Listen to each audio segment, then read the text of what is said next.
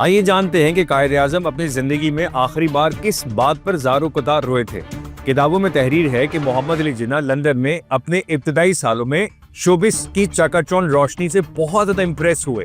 تب ایک بار انہوں نے وکالت کی پڑھائی چھوڑ کر لندن میں ایک تھیٹر گروپ کو جوائن کیا تھا، لیکن والد کے اصرار پر جلد وکالت میں واپس آ گئے۔ قائد اعظم پاکستان کے پہلے گورنر جنرل بنے۔ بحیثیت گورنر جنرل وہ صرف ₹1 ماہانہ تنخواہ لیا کرتے تھے۔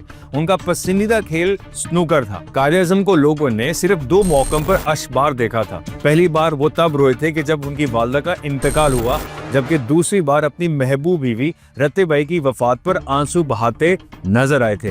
قیام پاکستان سے چند روز قبل 7 اگست کو قائد اعظم نے خصوصی طیارے کے ذریعے بامبے سے کراچی آنا تھا۔